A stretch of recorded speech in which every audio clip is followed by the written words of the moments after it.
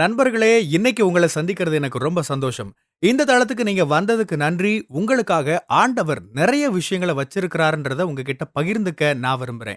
இன்னைக்கு உங்க கூட நான் பேச வேண்டிய விஷயத்துக்குள்ள போறதுக்கு முன்னாடி, சில விஷயங்கள சொல்லிக்க விரும்புறேன். நீங்க ஜான் கிஃப்டா அப்படின்ற என்னோட Instagram, Facebook, YouTube மூலமா என்ன ஃபாலோ பண்ணி என்னோட பதிவுகள நீங்க பெறலாம். தினமும் என்னோட பாட்காஸ்ட் நீங்க கேட்கலாம். ஆண்டவரோட கிருபையில அதெல்லாம் நல்ல கிரியை செய்து வர்றத நான் பார்க்கிறேன். நீங்களும் அத தினமும் கேளுங்க. நிச்சயமா அது உங்களுக்கு ஒரு பெரிய ஆசீர்வாதமா இருக்கும்னு என்னால சொல்ல முடியும். ஜான் கிஃப்டா அப்படின்ற என்னோட யூடியூப் சேனல தினமும் பார்க்க மறக்காதீங்க. "Fuel for the soul with John Gifta" அப்படின்ற இங்கிலீஷ் பாட்காஸ்டையும் நீங்க தினமும் கேட்கலாம். www.johngiftha.com அப்படின்ற என்னோட வெப்சைட்லயும் இது எல்லாமே இருக்கும். தவறவிட்ட வாய்ப்புகள் பத்தி முந்தின எபிசோட்ல பேசியிருந்தேன். தவறவிட்ட வாய்ப்புகள்னால பாதிக்கப்பட்ட ஒரு நபரா நீங்க இருக்கலாம். உங்களோட கடந்த காலத்த திரும்பி நீங்க பார்த்து, "ஓ ஜான், என் வாழ்க்கையில இப்படி ஒரு வாய்ப்ப இழந்துட்டேன் பாருங்க. என் வாழ்க்கையில தொடர்ச்சியா இப்படி நெறைய வாய்ப்புகள நான் தவற விட்டுட்டேன். வேற ஏதாவது நான் முயற்சி பண்ணியிருந்திருக்கலாம். அத செஞ்சிருக்கலாம். இந்த வாய்ப்பு வந்தும் நான் பயன்படுத்தாம இருந்துட்டேன்." ஒருவேள அது வேலை விஷயத்துல அல்லது உங்களோட உறவுகள்ல இருக்கலாம். உங்களோட கனவுகள், தரிசனங்கள், உங்களோட ஊழிய அழைப்பு, நோக்கம் அல்லது ஏதாவது நீங்க எதிர்பார்த்துட்டு இருந்த வாசல்கள் அல்லது வாய்ப்புகளா அது இருந்திருக்கலாம். அத நீங்க தவற விட்டுருக்கலாம். என்னென்ன காரணத்துக்காகவோ அத நான் மிஸ் பண்ணிட்டேன் ஜான் அப்படின்னு நீங்க சொல்லலாம். அதாவது இழந்து போன அந்த வாய்ப்புகள நெனச்சு இன்னும் நீங்க வருந்திக் கொண்டிருக்கிற ஒரு நபரா இருக்கலாம். முந்தின எபிசோட்ல பேசின விஷயங்கள நான் திரும்பவும் சொல்லப் போறதில்ல. நீங்களே முந்தின எபிசோடு போய் அத கேளுங்க. அது நெறைய பேருக்கு ஆசீர்வாதமா இருந்துச்சு. இன்னைக்கும் கூட தவறவிட்ட வாய்ப்புகள் அப்படின்ற அதே தலைப்புல இன்னொரு முக்கியமான அம்சத்த பத்தி நான் உங்க கூட பேச விரும்புறேன். ஒரு முக்கியமான சத்தியத்த உங்ககிட்ட சொல்ல விரும்புறேன். திரும்பவும் தோமாவோட அந்த சம்பவத்துக்கு வர்றேன். கடந்த எபிசோட்ல எப்படி தோமா இயேசுவ சந்திக்கிற வாய்ப்ப இழந்திருந்தாருன்னு பேசியிருந்தேன். மற்ற எல்லாருக்கும் அந்த வாய்ப்பு கிடைச்சது. அதனால அவருக்கு அது ரொம்ப கஷ்டமா இருந்துச்சு. ஐயோ! அந்த வாய்ப்ப தவற விட்டுட்டேனேன்னு அவர் நெனச்சாரு. ஆனா 8 நாட்களுக்கு பிறகு அவருக்கு ஒரு விசேஷித்த தனிப்பட்ட வாய்ப்பு கிடைச்சது. இயேசுவ அவர் நேருக்கு நேர் சந்திக்கிற ஒரு வாய்ப்பு. மற்ற சீஷர்களுக்கு அப்படிப்பட்ட வாய்ப்பு கிடைக்கல. இயேசு உயிர்த்தெழுந்த பிறகு தனியே சந்திச்ச ரொம்ப சில மனிதர்கள்ல தோமாவும் ஒருத்தர். இது தொடர்பாவே ஆண்டவர் என்னோட மனசுல போட்ட இன்னொரு அம்சத்த பத்தி உங்ககிட்ட நான் இன்னைக்கு பேச விரும்புறேன். நீங்க தவறவிட்ட வாய்ப்புகள் பத்தியும் நான் பேச விரும்புறேன். என் வாழ்க்கையில நான் இப்படி ஒரு வாய்ப்ப தவற விட்டுருக்கிறேனான்னு நீங்க யோசிக்கலாம். நான் அந்த விஷயத்த செய்யாம விட்டுட்டேன். அத செஞ்சிருந்திருக்கணும். கொஞ்சம் வித்தியாசமா நான் முயற்சி பண்ணியிருந்திருக்கணும். அந்த விஷயத்துல நான் இன்னும் கொஞ்சம் முயற்சி எடுத்திருக்கணும். அப்படின்னா எனக்கு ரிசல்ட்ஸ் வேற மாதிரி கிடைச்சிருக்கும். நான் முதல்லயே இதுல வேலை செஞ்சிருந்தா என் வாழ்க்கையில நல்ல நிலைமைக்கு வந்திருப்பேன் அப்படின்ற மாதிரி நீங்க யோசிச்சுட்டு இருக்கலாம். ஆண்டவர் சமீப காலங்களா என்கிட்ட பேசிட்டு இருக்கிற ஒரு விஷயத்த பத்தி இன்னைக்கு உங்ககிட்ட பேச விரும்புறேன். யோவான் 20ஆம் அதிகாரம் 24ஆம் வசனத்திலிருந்து நான் ஆரம்பிக்க விரும்புறேன். 12 சீஷர்கள்ல ஒருத்தரா இருந்த தோமா, இயேசு மற்ற சீஷர்கள சந்திச்சப்ப அங்க இல்ல. தோமா அதுக்கு பிறகு அங்க வந்தப்ப அவங்க சொன்னாங்க, "நாங்க கர்த்தர பார்த்தோம்" அப்படின்னு. அதுக்கு அவர் சொல்றாரு, "ஆணியினால உண்டான காயங்கள் அவர் கையில இருக்குதான்னு, அவர் விலாவுல காயம் இருக்குதான்னு என் விரலால தொட்டு பார்த்தா தான் நான் நம்புவேன்னு" சொன்னாரு.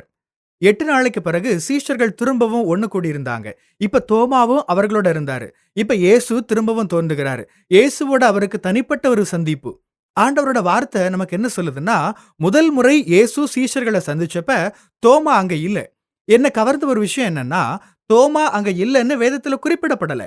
ஏன் தோமா அங்க இல்லாம போனாருன்றது நமக்கு தெரியல. அவர் எங்க போனாருன்னு தெரியல. இந்த கூட்டத்தோட இனிமே நேரம் ஏன் செலவழிக்கணும்? நம்மோட தலைவரே செத்து போயிட்டாரு. இனியும் இங்க இருக்கிறதுல என்ன அர்த்தம் அப்படின்னு ஒரு தோமா ஒருவேளை நினைச்சிருந்திருக்கலாம். அதெல்லாமே அவரோட எண்ணத்துல ஓடி இருக்கலாம். அப்படி அவரோட எண்ணங்கள், உணர்ச்சிகள் இதனால கூட அவர் அந்த கூட்டத்துல இருந்து தனியா போயிருந்திருக்கலாம். அவர் தாமாகத்தான் அங்கிருந்து விலகி இருந்திருக்கணும். காரணம் எதுவா கூட இருக்கலாம். ஒருவேளை தன்னோட குடும்பத்த பார்க்க போயிருக்கலாம். ஏன்னா கடந்த 3 வருஷங்கள் அவர் இயேசுவோடவே சுத்திட்டு இருந்தாரு. அல்லது சாதாரணமா அவர் தன்னோட குடும்பத்த சந்திச்சுட்டு வர போயிருக்கலாம். ஒருவேளை சாப்பிடுறதுக்காக போயிருக்கலாம். அந்த நேரத்துல இயேசு வந்துட்டாரு. நான் ஒரு கற்பனையாத்தான் சொல்றேன். ஒருவேளை அவரோட குடும்பத்துல ஏதாவது அவசர நிலை இருந்திருக்கலாம். வேற எது வேணாலும் இருக்கலாம். தோமா எப்படி அந்த வாய்ப்பை இழந்தாருன்னு வேதம் நமக்கு சொல்லல. தோமா அந்த வாய்ப்பை இழந்துட்டாருன்னும் வேதம் நமக்கு சொல்லல. ஏன்னா, அது தோமாவோட தவறுன்னு சொல்ல முடியாது. தோமா ஏன் அங்க இல்ல? அவர் எப்படி வாய்ப்ப தவற விட்டாருன்னு வேதம் நமக்கு எந்த குறிப்பும் தரல. இந்த முக்கியமான அம்சத்த நீங்க புரிஞ்சுக்கணும்னு விரும்புறேன். வாய்ப்ப நீங்க ஏன் தவற விட்டீங்க அப்படின்றது முக்கியம் இல்ல. அது ஒருவேளை உங்களோட தவறா இருக்கலாம். நீங்க அதாவது செஞ்சதுனால, ஏதாவது ஒண்ணு செஞ்சதுனால அப்படி நடந்திருக்கலாம். அல்லது ஏதாவது செய்யாததுனால அப்படி நடந்திருக்கலாம். வாய்ப்பு உங்க வாசற்படிய தட்டிக்கிட்டு இருந்தப்ப கூட, உங்க மனசுல நீங்க வேற எண்ணத்துல இருந்திருக்கலாம். அதனால தவற விட்டுருக்கலாம். ஒருவேள அது நல்ல வாய்ப்பு தான் அப்டின்னாலும் கூட, நீங்க சரியா பெர்ஃபார்ம் பண்ணாததுனால தவற விட்டுருக்கலாம். அது நீங்க ஆயத்தமா இல்லாததுனால, நீங்க அத இழந்திருக்கலாம். ஒருவேள அத நீங்க தவற விட வேண்டிய வாய்ப்பாகவே கூட இருந்திருக்கலாம். அது நல்ல ஆப்பர்ச்சுனிட்டி தான். ஆனாலும், உங்க வாழ்க்கையில மற்ற சில கமிட்மெண்ட்ஸ்னால அல்லது சில எதிர்பாராத திருப்பங்கள்னால, அந்த வாய்ப்ப நீங்க எடுத்துக்க முடியாம போயிருந்திருக்கலாம்.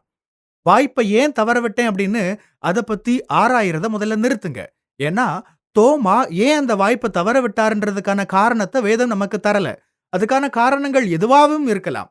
இயேசு திரும்பவும் வந்து அவருக்காகவே ஒரு வாய்ப்ப கொடுக்கிறாரு.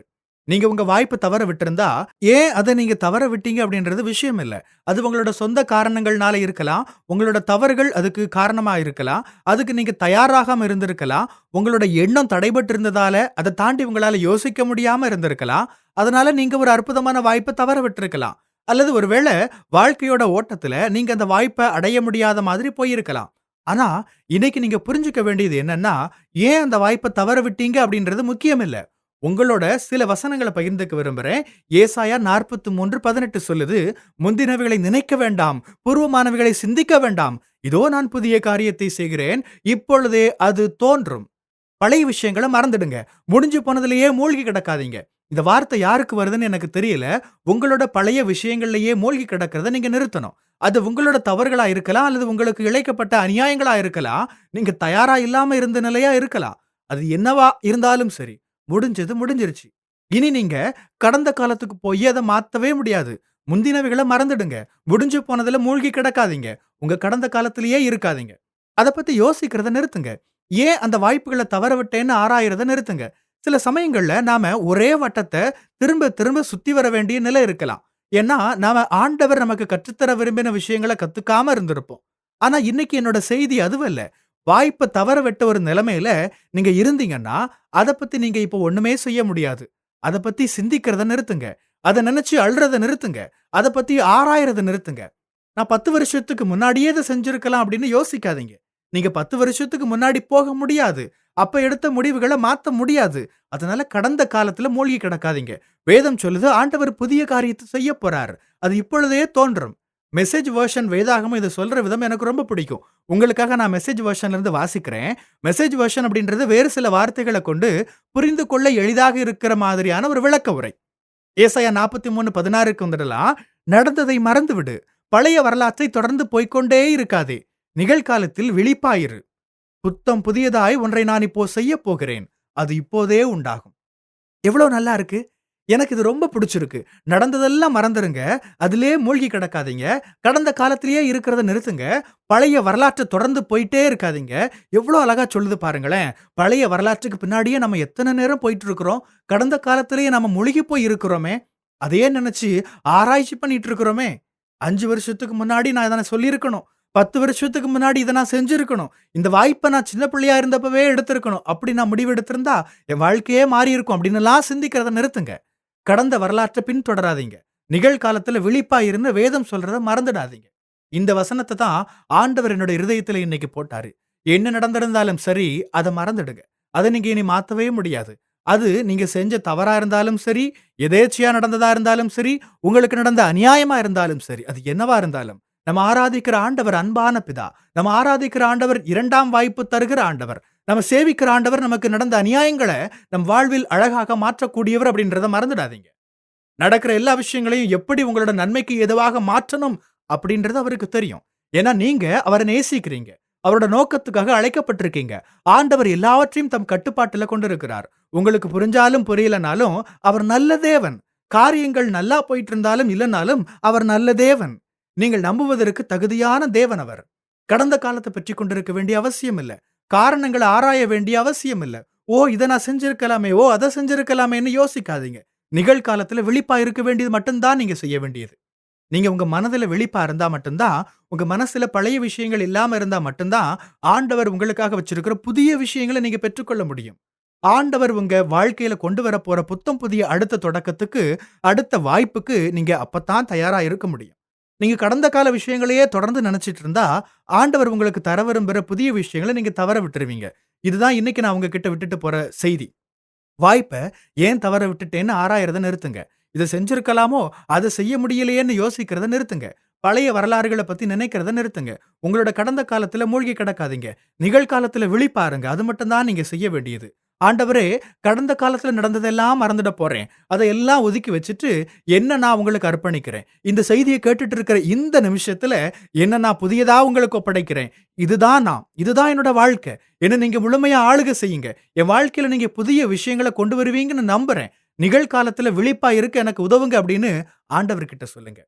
அப்படியான ஒரு மனநிலையில நீங்க இருந்தா, நிகழ்காலத்துல விழிப்பா இருந்தா, ஆண்டவர் உங்க வாழ்க்கையில புதிய வாசல்கள், புதிய வாய்ப்புகள், புதிய தொடர்புகள், புதிய வளங்கள், புதிய விஷயங்கள் எல்லாம் உங்க வாழ்க்கையில கொண்டு வருவாரு. அது உங்கள முற்றிலும் மாற்றிவிடும். ஆமென். பிரியமானவங்களே, இந்த செய்தி மூலமா நீங்க உற்சாகம் அடைஞ்சிருப்பீங்க, ஆசீர்வதிக்கப்பட்டிருப்பீங்கன்னு விசுவாசிக்கிறேன். திரும்பவும் ஞாபகப்படுத்துறேன். நீங்க ஜான் கிஃப்டா அப்படின்ற என்னோட Instagram, Facebook, YouTube மூலமா என்ன ஃபாலோ பண்ணி என்னோட பதிவுகள பெறலாம். ஜான் கிஃப்டா அப்படின்ற என்னோட யூடியூப் சேனல தினமும் பார்க்க மறக்காதீங்க. Fuel for the soul with John Gifta அப்படின்ற இங்கிலீஷ் பாட்காஸ்டையும் நீங்க தினமும் கேட்கலாம். பாட்காஸ்ட் எபிசோடுக்கு நீங்க உங்களோட ரேட்டிங், ரிவ்யூ கொடுத்து ஷேர் பண்ண மறக்காதீங்க. www.johngiftha.com அப்படின்ற என்னோட வெப்சைட்லயும் இது எல்லாமே இருக்கும். இந்த ஊழியத்தால நீங்க ஆசீர்வதிக்கப்பட்டிருந்து மற்றவங்களுக்கும் இதே ஆசீர்வாதம் சேரணும்னு விரும்பினா, நீங்களும் எங்க கூட சேர்ந்து ஆண்டவரோட ராஜ்யத்தை கட்டுற இந்த பணிய உங்களோட நிதி ஆதரவு மூலமாவும் தாங்கலாம். கூகுள் பே அல்லது நெட் பேங்கிங் அல்லது பேபால் மூலமா நீங்க ஆதரவு தரலாம். எல்லா விவரங்களையும் டிஸ்கிரிப்ஷன்ல நீங்க பார்க்கலாம். ஆண்டவர் உங்களை ஆசீர்வதிப்பாராக.